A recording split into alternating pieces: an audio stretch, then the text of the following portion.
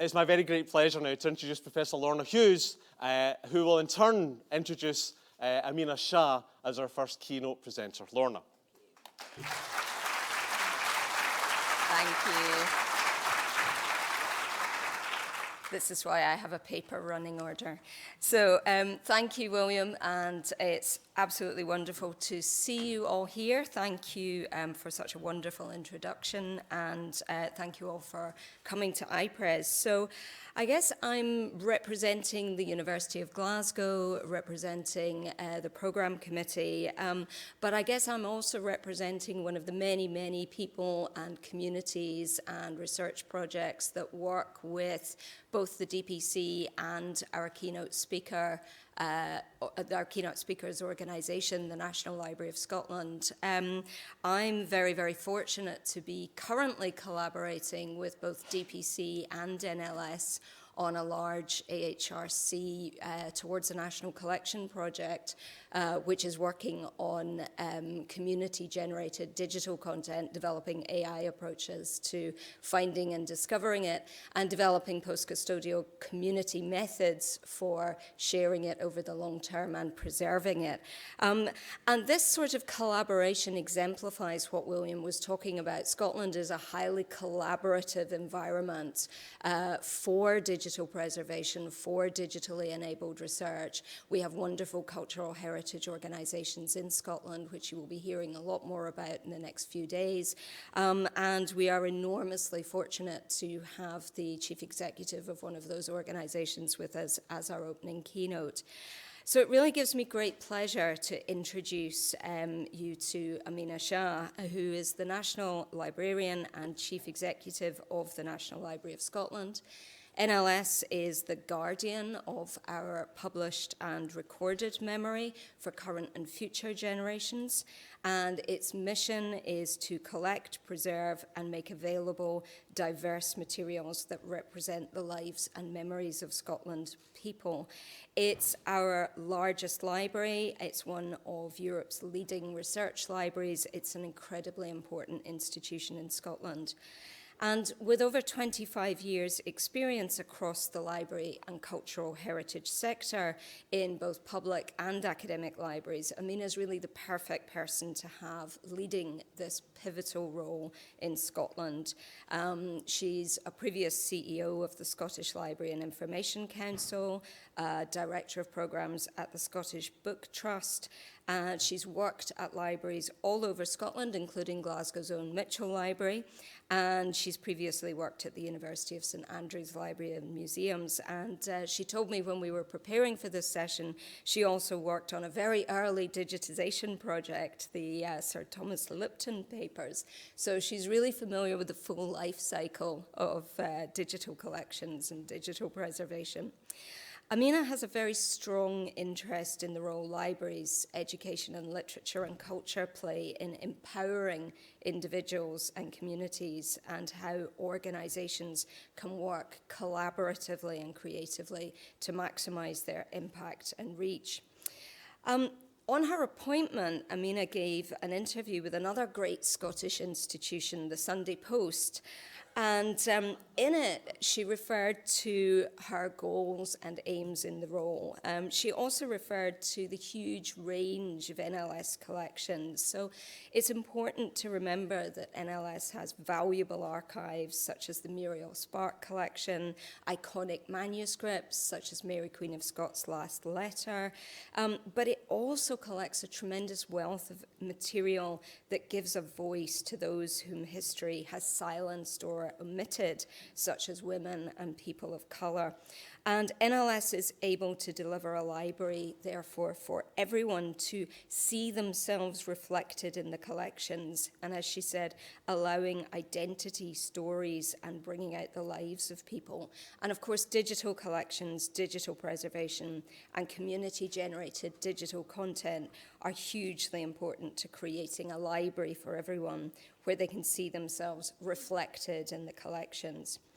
So this keynote will discuss some of the wonders of the NLS collections and some of the challenges the library faces in adapting collections and preservation within the context of a rapidly and ever-changing world. So it gives me enormous pleasure to hand over to Amina and to hear her keynote, Video Killed the Radio Star, Preserving the Nation's Memory.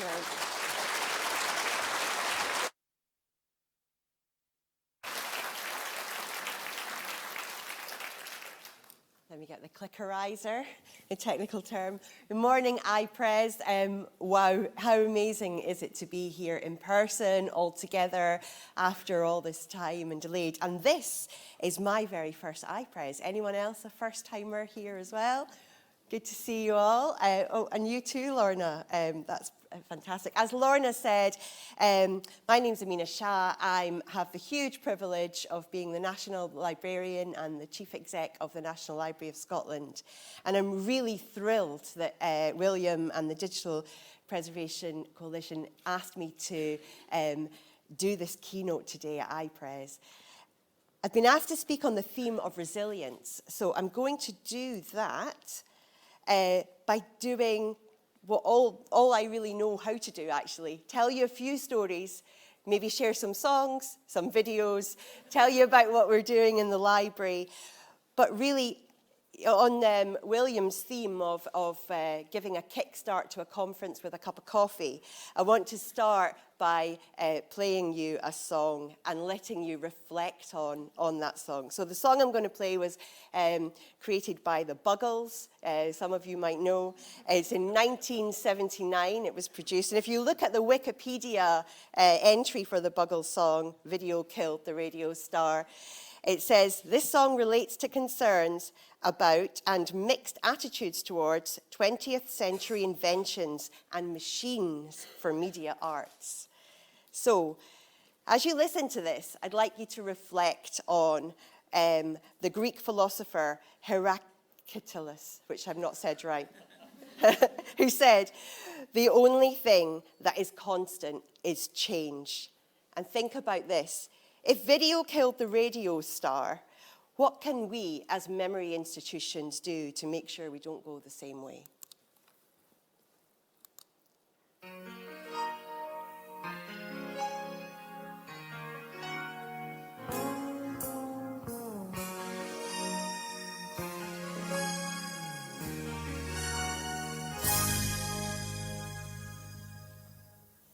I heard you on the wireless back in 52. You can dance. Awake and tuning in on you. If I was young, it didn't stop you coming through.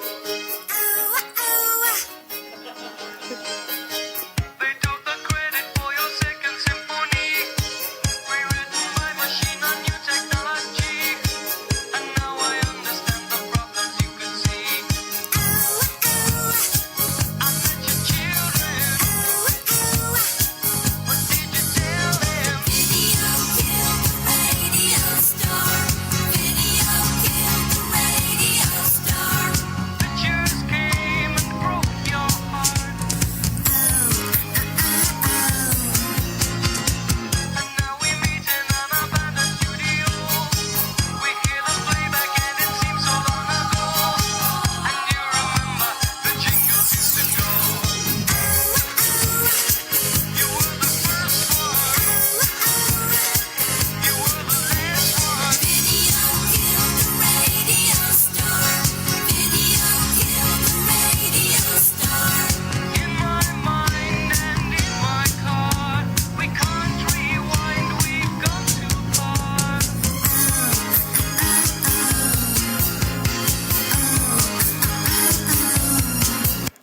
So there you go. If the coffee didn't wake you up, hopefully the Buggles did. And of course, this Video Killed the Radio Star was the first song on MTV in 1981. But video didn't kill the radio star, did it? I would say Lauren Laverne, our own Grant Stott and others would contest that. Radio's doing very nicely, actually. Similarly, digital didn't replace physical. It's still required. It's still desired. The Book of Kells is actually the most visited tourist destination in Ireland, in Dublin. So people are still interested in seeing physical items and researching them, touching them, feeling them. Resilience isn't about dropping one for the other, but it's about finding ways to constantly grow, adapt, and change. And that's the critical, often unspoken role of a national collecting institution, as William touched on earlier. It's actually about keeping up with the pace of change. So what have we done to do that in the National Library? The National Library is Scotland's legal deposit library and one of 6 legal deposit libraries in the UK and the island of Ireland working collaboratively. There's that word again, creatively and collaboratively. Legal deposit is the name that we give to collecting the published memory of a nation. And for Scotland, this started with the Advocates Library, with the Faculty of Advocates who are next door to us. Actually, if you were to go into Edinburgh today, which obviously you're not going to try and do, you'll see that there are very many more people standing outside the library than that at the moment, queuing up to St Giles.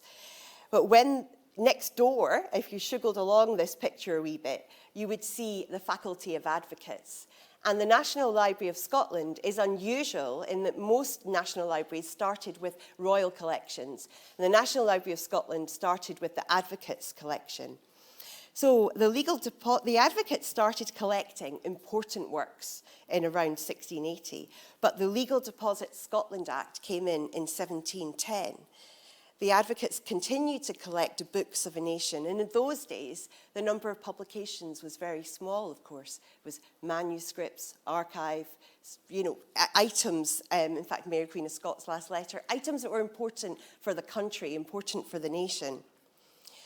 But, of course, in the 1450s, Gutenberg's Bible, printed on the first text printed on a movable format, changed everything. Technology, it was technology that was changing the codex.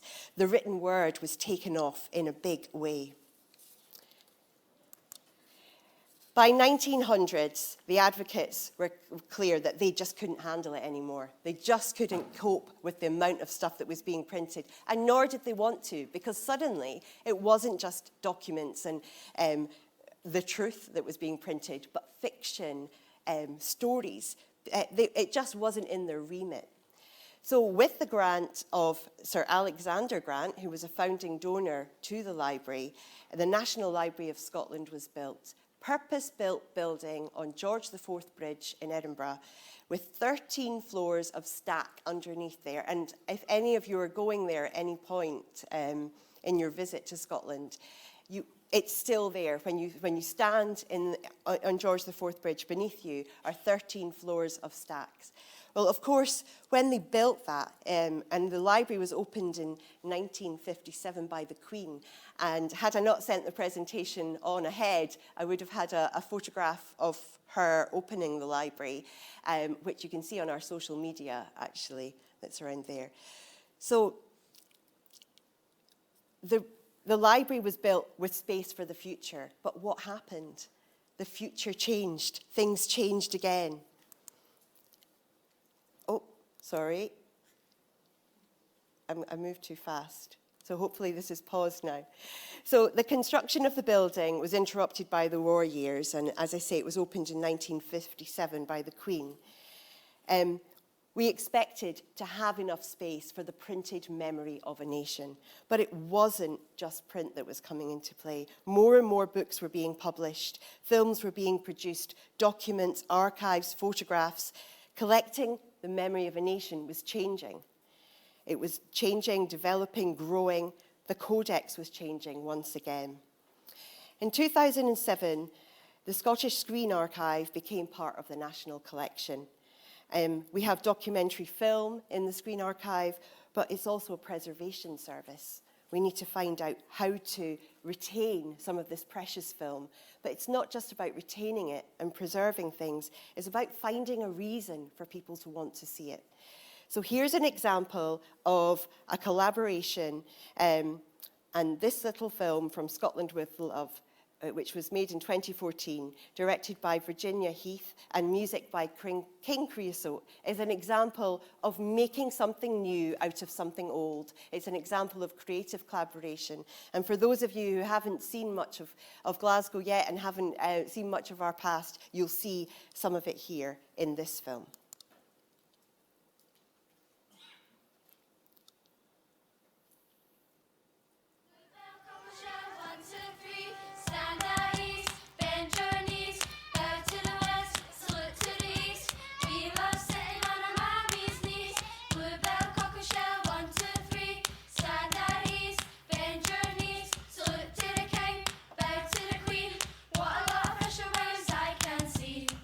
Ding dong goes the castle bell, so fare thee well, my mother. Bury me in the old churchyard, beside my only brother. My coffin shall be black, 6 white angels at my back. 2 to sing, 2 to pray, 2 to carry my soul away.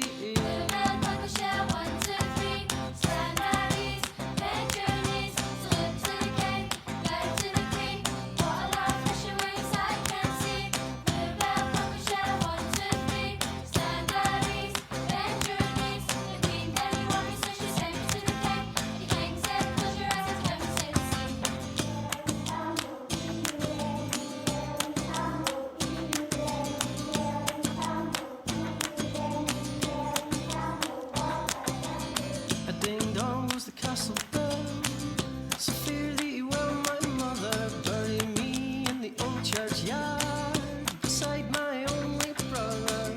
My coffin shall be black, 6 white angels at my back. 2 to sing, 2 to pray, 2 to carry my soul away.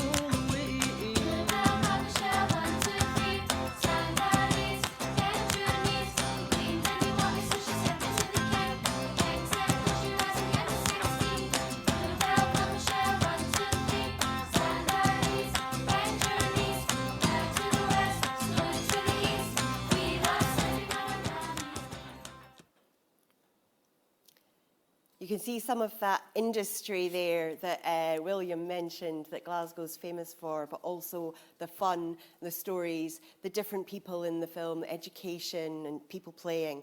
The film and that collaboration and the music with King Creosote really demonstrates the value of storytelling and bringing things out, making them anew, and how important that is for preservation, because advocacy is part of preservation.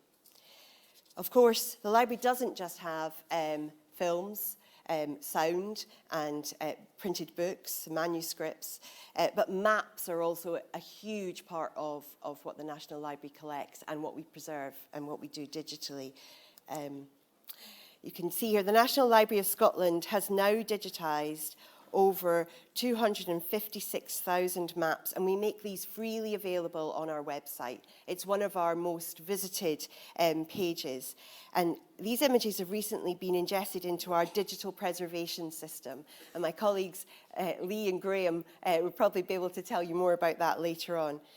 As images are ingested, they are summed and metadata is created. The images are stored in 3 locations: a Scality local file in Edinburgh, a replicated file storage in Glasgow, and a 3rd copy in Amazon Deep Glacier storage at a location in England.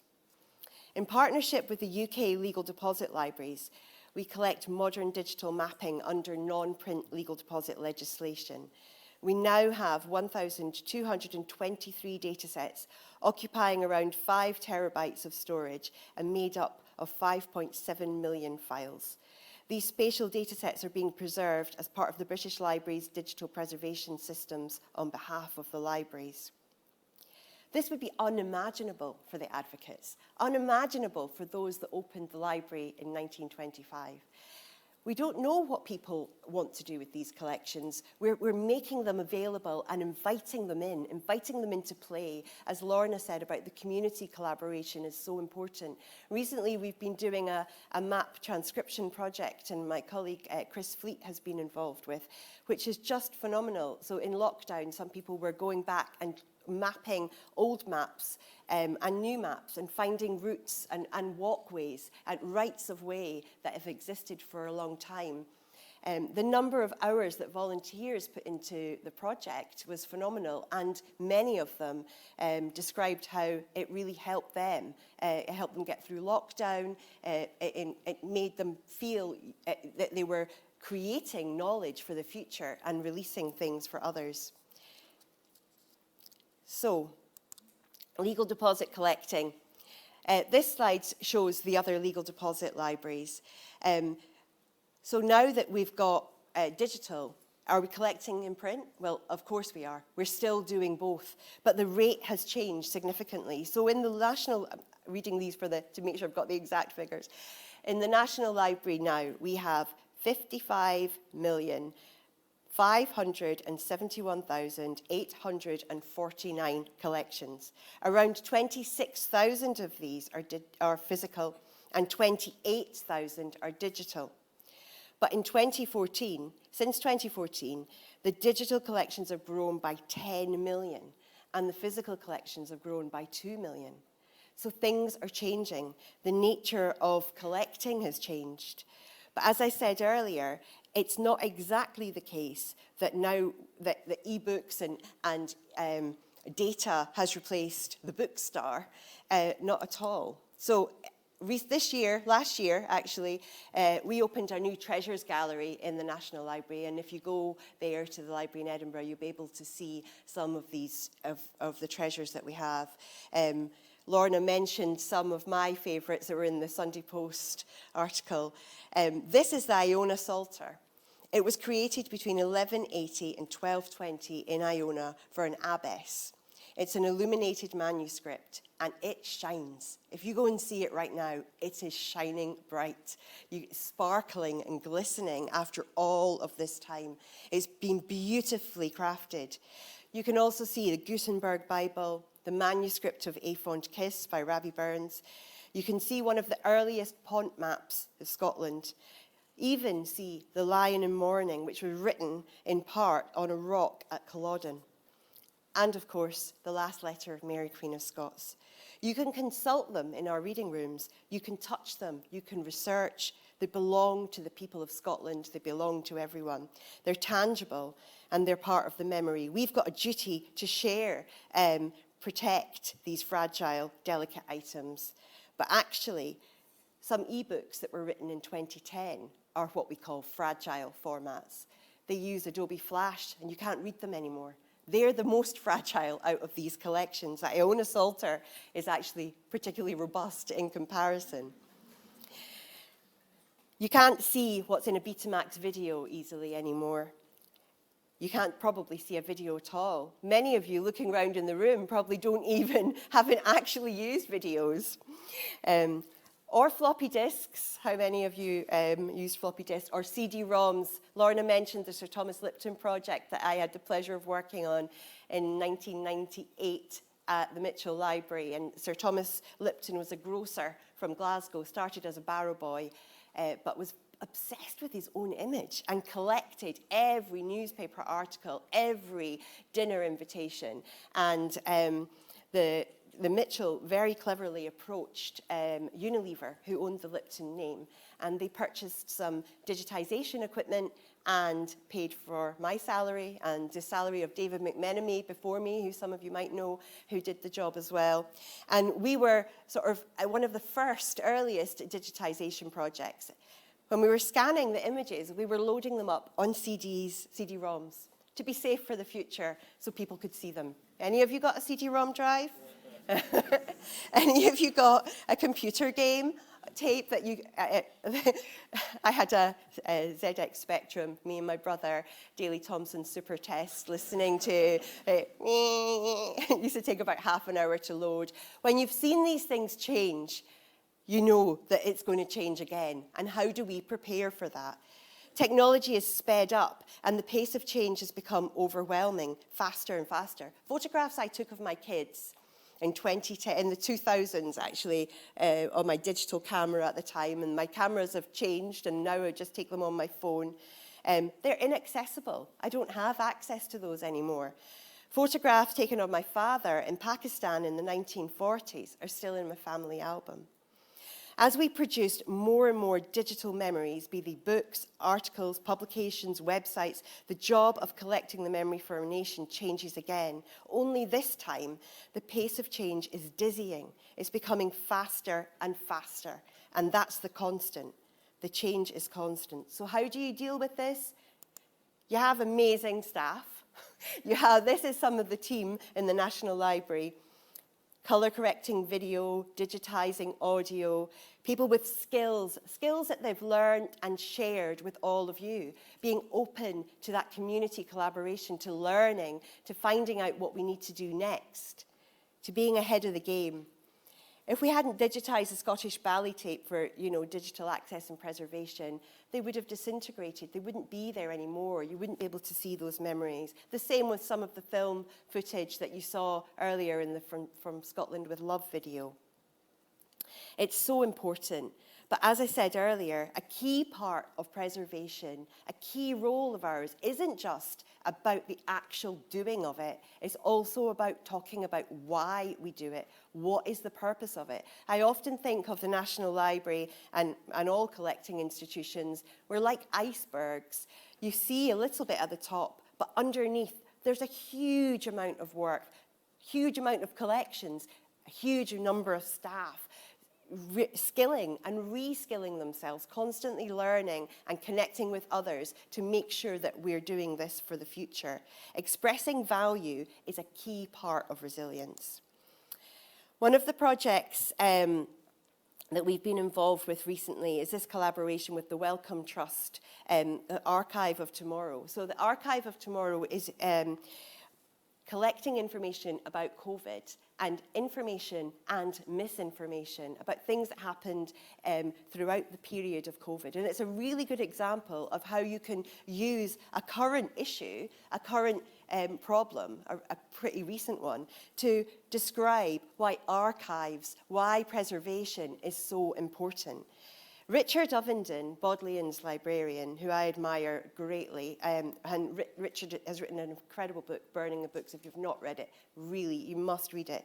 But in that book, which Richard's book is a history of the deliberate destruction of knowledge, which, by the way, is happening right now in Ukraine as well. And the storage, he says, storage is not the same thing as preservation.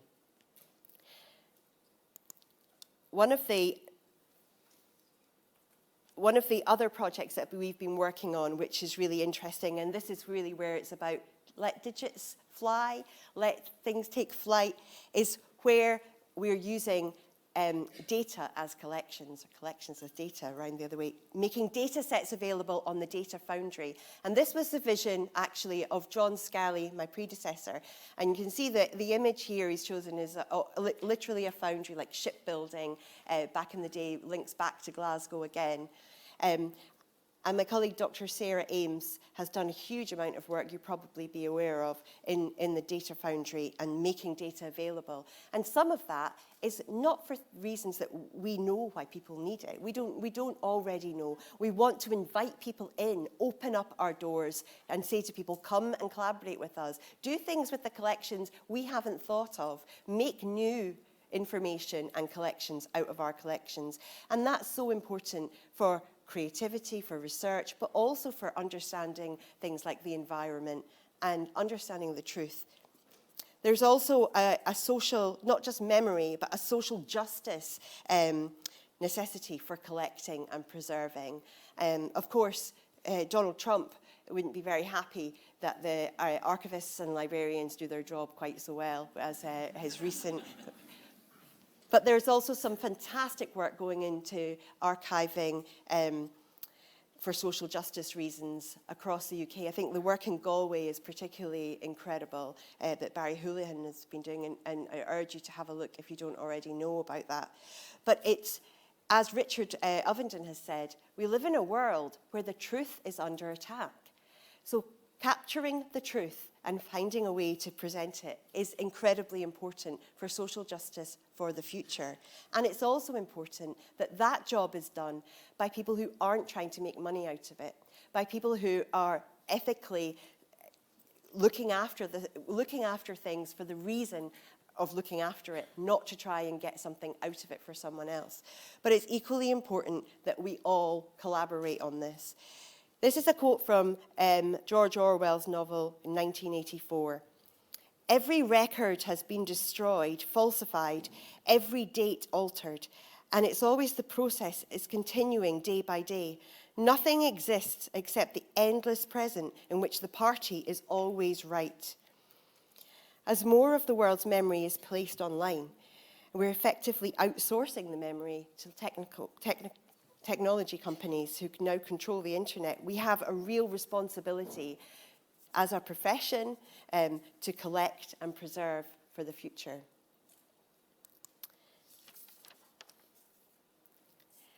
So these are big challenges and big responsibilities, and I've presented you maybe with a lot to think about in that respect this morning.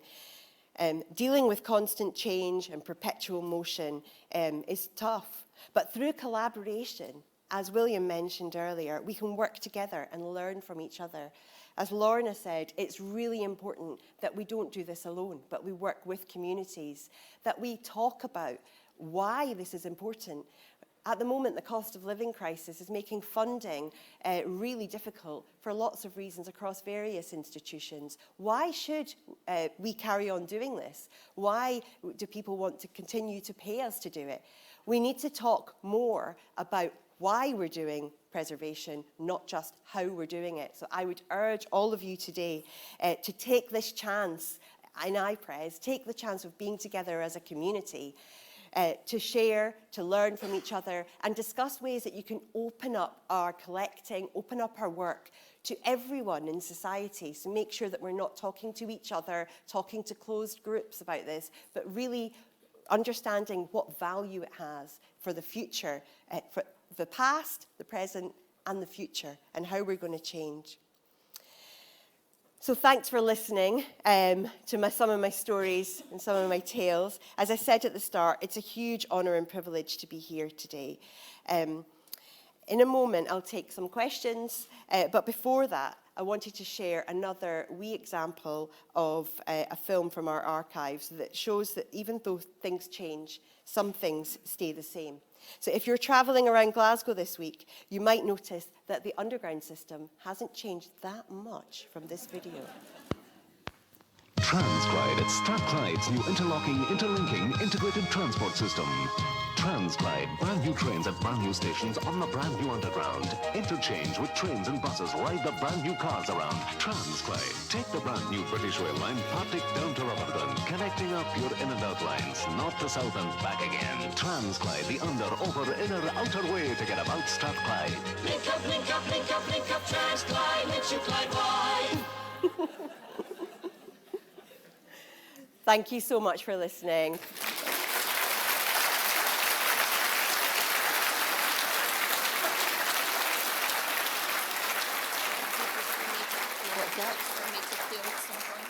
Yeah, that'd be fine. Yeah. Thanks. Thank you so much, Amina, for such a fantastic introduction, for kicking us off so beautifully, and my goodness, Buggles. I mean, I've got an earworm that's not going to go away all week now. Thanks for that. Thank you so much. This was such a wonderful introduction to our conference and really introducing this idea of collaboration, communities, resilience, and what we do to preserve our memory of a nation and memories in a time of change. And you introduced so many ideas. We're going to have questions. We have, I think, 10 minutes or so for questions. So I'll be calling on people in the audience, but I wanted to kick off just with one question about community memory and community memories, which obviously are so important to the work you're doing with the Welcome Project.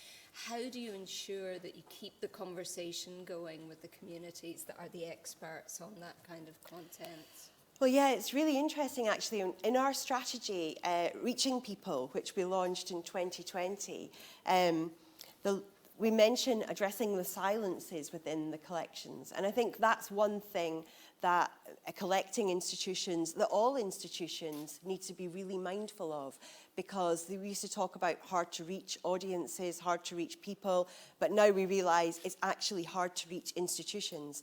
And I think that in the past we've been very, as a profession, librarians and archivists, I suppose, have been very serious about their role as gatekeepers, as protectors, as authorities.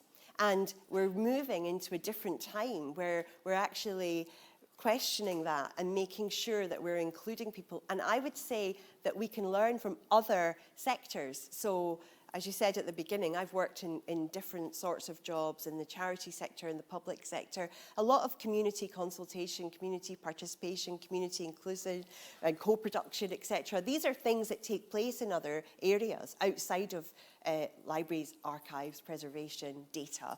And we can learn from them and collaborate with them and find out how they do it. Because one of the biggest stumbling blocks and problems that we have actually is assuming that we're right and not asking enough people, not including enough people in the conversation, but making assumptions about needs, what people's needs are going to be in the future, and it's not for any bad reason that people have done that in the past. It's because they've taken that role very seriously. And I think we need to almost disempower ourselves a little bit, open up and be much more inclusive and collaborative. What have you done, Lorna, around that towards the National Collections project that you're doing? Because you mentioned exactly that. So, thank you for putting me on the spot. Thank you. So it's fascinating because one of the things that we are doing is trying to understand how communities are actively involved in documenting their heritage. Our project comes out of the fact that lots of organisations, big and small, are collecting digital memories from communities, and collections have been put together collaboratively. But depending on the resilience and strength of the institution that has those materials, a lot of this community-generated content is very fragile. I call it born fragile. Yep. And obviously at NLS, in places like the Screen and Sound Archive, you work very closely with the communities that have contributed the content, and the metadata and description is provided by the experts who are in the communities. But building those partnerships with the smaller local community archives, which may just be one room in one village hall or something like that, it's about the way that we're doing it is by understanding the way that the content is used in order to tell stories, so that the people whose stories that matter understand that their heritage is being valorized. So it's building an ongoing relationship. So I don't know if we've got it right or not, but it's about building those networks and connections, and that's why outward-looking organizations like yourselves are so crucial in setting exemplars for what we're doing. So thank you for that. I'm going to hand over to, I could talk to you all day, obviously, but I'm going to hand over to the audience. We do have a few minutes for questions if anybody wants to raise their hand. I think there is a microphone going around. There's one over there, Hello, and thank you for a fascinating insight. I have a question about sustainability. Keeping stuff is obviously core to the remit of the institution. Keeping stuff usable was perhaps less so until recently, but that is obviously now also core. Given that it's an ever-increasing collection with ever-increasing costs, when are you going to run out of money, and what happens when you do? Good questions. No, absolutely. I didn't touch on it so much there, and I know that later on in the conference there is going to be a presentation about environment sustainability. Within the National Library, we've got a climate action plan, and we've done a lot to try and be to reduce our carbon footprint and be as efficient as possible within our whole operation, in many respects.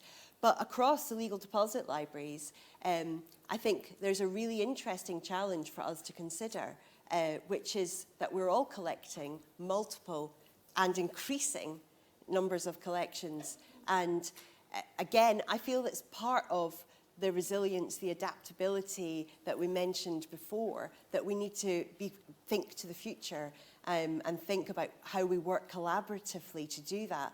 Now, it's quite tricky in some respects.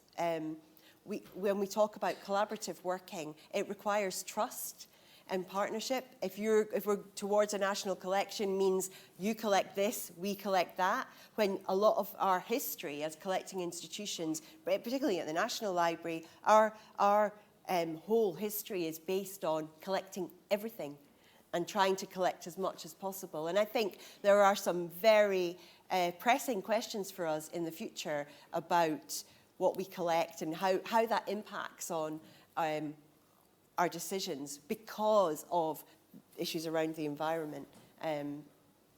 It's a really fascinating time, actually, from that point of view. I don't have the answer. Oh, there's a hand up.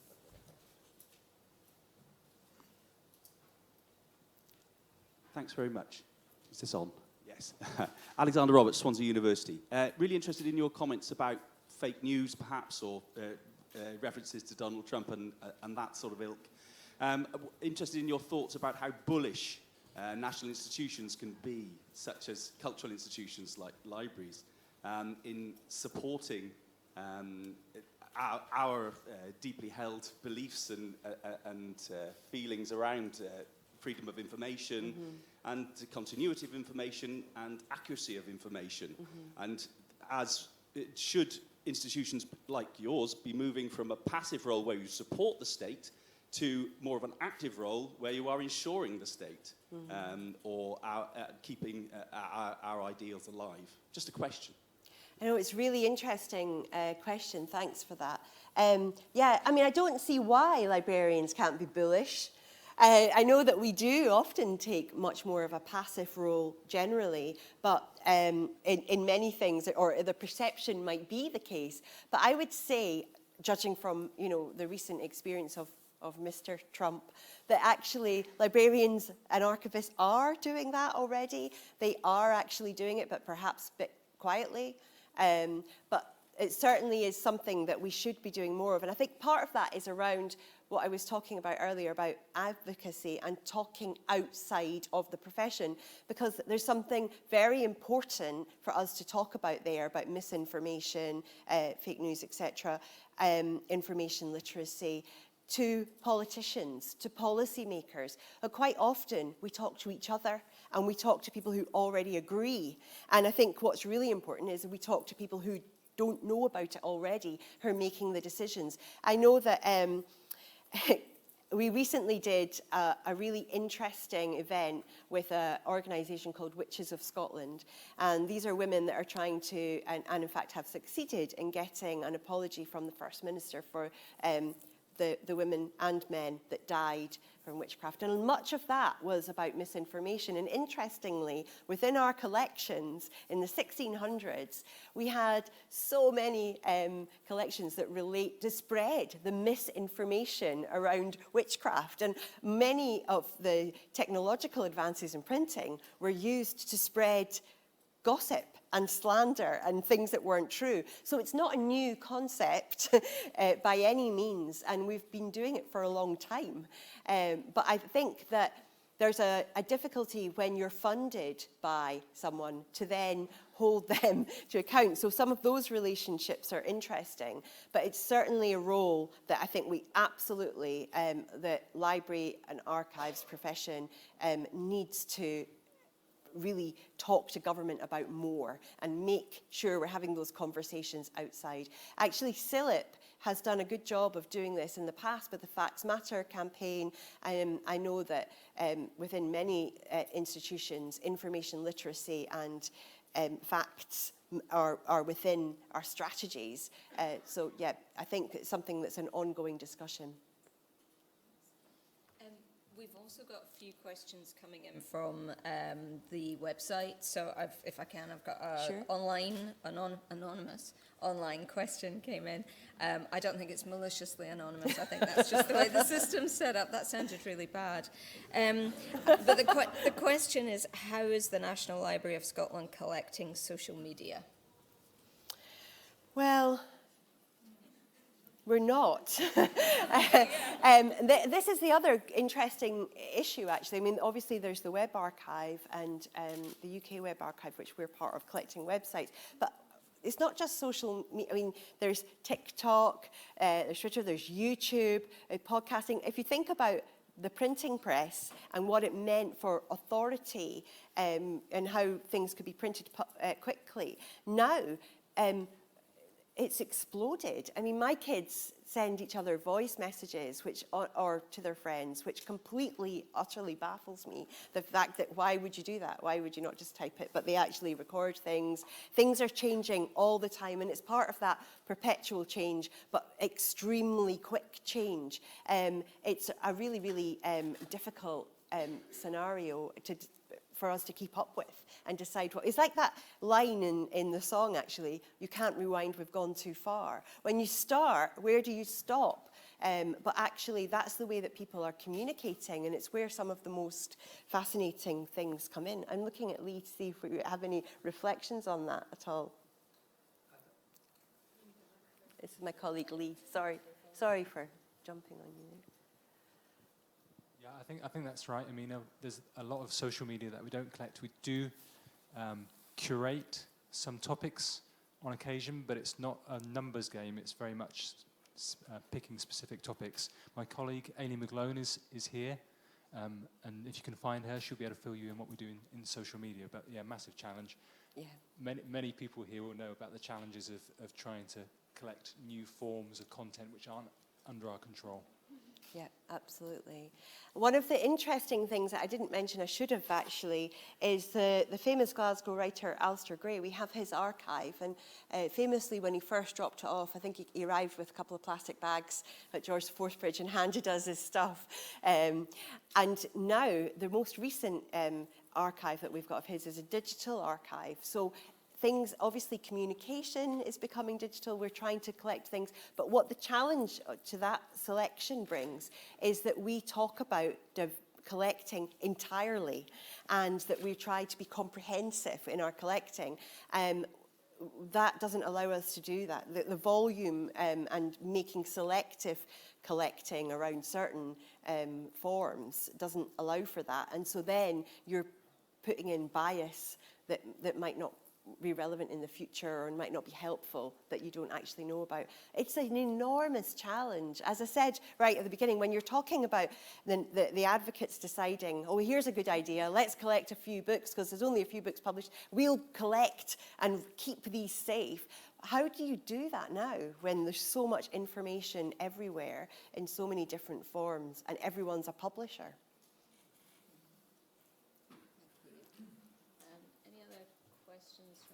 Audience, it's any other hands up? Or, oh, there's one here. Just there. Thanks.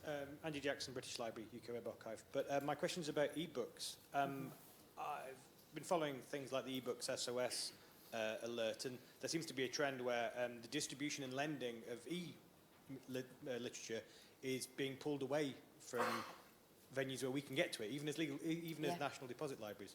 So when public libraries and university libraries are struggling to afford ebooks to lend, can national libraries help? What can we do to help the risk of us not getting the stuff anymore? Really good question, Andy. One of the jobs that Lorna didn't mention that I did actually, my very first library job was working at the Andersonian Library here at Strathclyde University back in 1996. And we had a short loan collection where we had textbooks that were really popular. And people, it was short loan for a couple of hours, so you could definitely get it, apart from when people hid them underneath photocopiers, etc., to try and go for longer. So you had control over that. And I think what you're describing, Andy, is absolutely this issue of it being outside of our control now, that we can't touch it, you can't have access, and they can turn the access off. And that's another thing about collecting digitally. So you could collect a journal, an e-journal for years, and then suddenly the money runs out and you stop collecting it, and then all the back issues of that e-journal are also gone because you're no longer paying for it. So there's lots of complications in that respect. I think you're absolutely right that we as national institutions need to start, well, we need to collaborate more, I think, across the sector.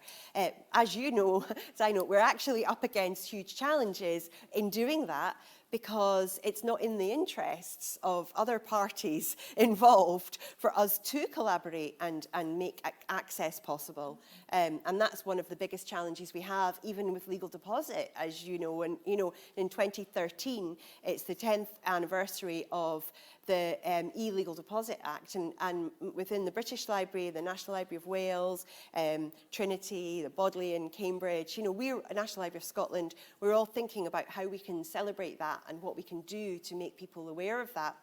And one of the huge problems around that is that you can't just access that anywhere. You have to come to one of our sites. So it's really hard to be able to kind of get that message of value across and collaboration. So, and that, as you know, is because there are barriers that are put up in place, because while we see it as an access issue, others see it as a preservation issue. So yes, let's get together with some people at iPres and come up with some solutions around that, Andy, what we could do to help. There's a hand up over there. Excuse me, there's one, yeah.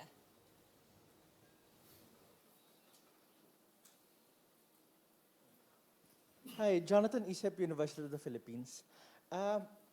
This is sort of as a follow-up to the other questions. This is sort of a follow-up to the other questions. And I really like the way you highlighted the need to talk as part of resilience. It reminds me of Cook and Swart's article, Archives, Records and Power. And it's really, it's a bit of a difficult question, given that one of the great things about iPres is hearing all of the different national libraries, national archives. I'm talking about the different collections that they are working on. And really, how could we hold ourselves accountable for the collections that we are taking care of, and more importantly, the collections that we are not taking care of, or maybe not even thinking about at the moment? That's a big question. It's a kind of middle of the night existential angst question for a national librarian, isn't it? One to wake me up at night to worry about. You're absolutely right. I think it's huge. And as I was saying earlier about selective collecting or selective conservation, selective preservation has an inbuilt bias. And I know that colleagues won't mind me sharing this story about a mistake that we made in the past years ago. We recently came across a box of items that were uncatalogued, that had come in as legal deposit, and had actually somehow been sidelined by mistake from the 1980s. So no one's to blame, but from the 1980s we found this box, and it's quite an admission really, but in this box it was stuff that, the story that we unravelled was that at the time it was a time of constraint, and the priority was given to hardback books.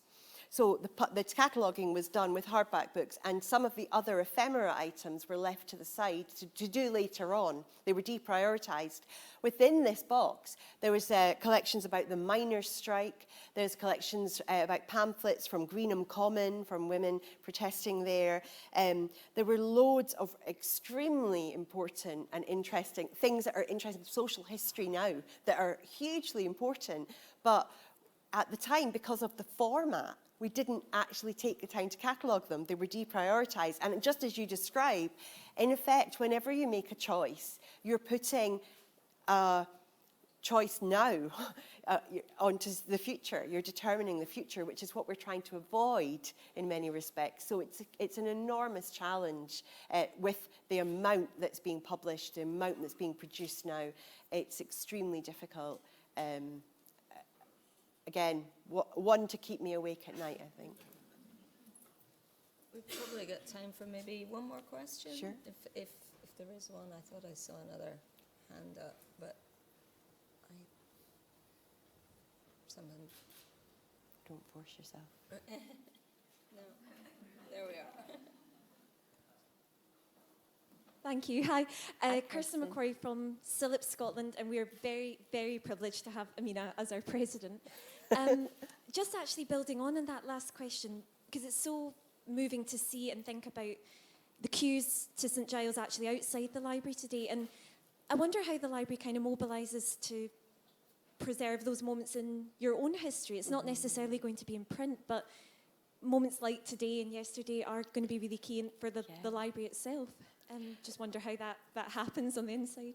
Yeah, absolutely. Well, yeah, I mean, we have an archive, which, you know, an institutional archive in that respect where we collect. And obviously it goes back a long way.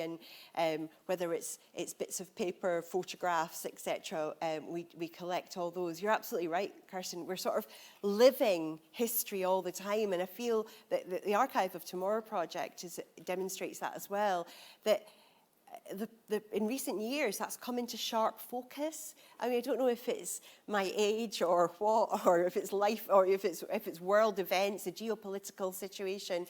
But I felt for years sort of trundled along with not that much going on. History was in the past and things weren't changing. But of course, change is everywhere all the time. And I think at the moment we're hurtling towards massive social and change, and the climate crisis that someone mentioned earlier, a